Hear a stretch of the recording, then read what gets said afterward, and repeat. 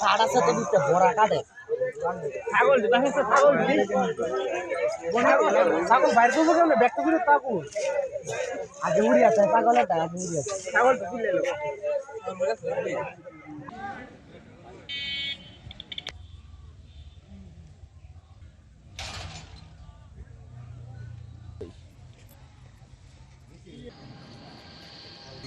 খবর পেয়েছো কার কাছে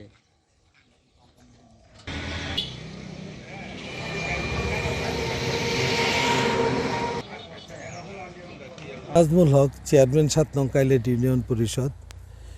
এই ব্রাদার্স পোলট্রি ফার্ম এটা আমাদের এলাকায় দীর্ঘদিনের একটা বড় ধরনের প্রতিষ্ঠান। এখানে গরুর খামার আছে, ছাগলের খামার, মাছের খামার এবং বিভিন্ন ধরনের উৎপাদনমূলক কর্মকাণ্ড তারা করে থাকে। তবে এই ফার্মটা আমার জানা মতে ৩৫ থেকে ৪০ বছর বয়স হবে। ইতিমধ্যে এই দীর্ঘ সময়ের ভিতরে কোনো দিন এরকম নাশকতা হইতে দেখি নাই। তা একই সাথে পাশাপাশি ২-৩টা জায়গায় অগ্নিকাণ্ড, আমি মনে করি এটা পরিকল্পিত নাশকতা। বড় ধরনের ক্ষতির উদ্দেশ্যেই এই কাজটা যারা করছে গভীর রাইতে, তাদের দৃষ্টান্তমূলক শাস্তি হওয়া উচিত। আর আইনশৃঙ্খলা বাহিনীর লোকজন যারা আছে তাদের প্রতি আমার অনুরোধ থাকবে বিষয়টা তদন্ত করে সত্যটা উদ্ঘাটন করে দোষী ব্যক্তিদের সাজার ব্যবস্থা করার জন্য। হ্যাঁ, এলাকাবাসীর মধ্যে কিছুটা আতঙ্ক তো আছেই। হঠাৎ করিয়া এরকম একটা ঘটনা ঘটে গেছে যেখানে এই ২০-৩০ বছর কিংবা ৩০ বছরের বেশি সময়ের ভিতরে এরকম কোনো নাশকতা এই এলাকায় হয় নাই। মেইন রোডের সাথে এরকম নাশকতা, এটা আমরা ধারণা করছি এটা উদ্দেশ্যমূলক এবং উদ্দেশ্য প্রণোদিত। নতুন এবং ফিরে আসা গ্রাহকদের জন্য নগদে চলছে ক্যাশব্যাক সহ প্রতিদিন হাজারো উপহার জেতার সুযোগ। হবে আশা আর ফেরা সারপ্রাইজ সেরা।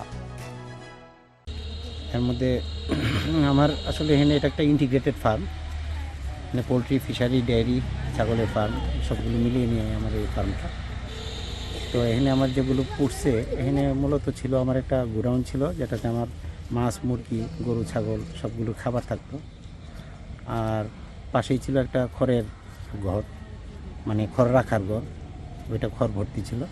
এর পাশে ছিল আমার ছাগলের একটা ফার্ম, প্রায় 30টা ছাগল ছিল এখানে।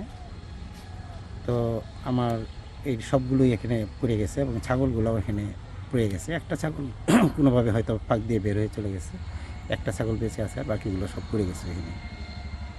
তো আসলে এখানে মূলত যে বিষয়টা হয়েছে, এটা ওই যে পড়ছে যে এটা সব মিলে ক্ষয়ক্ষতির পরিমাণ নেয়ার অ্যাবাউট 25 লাখের মতো হবে হয়তো।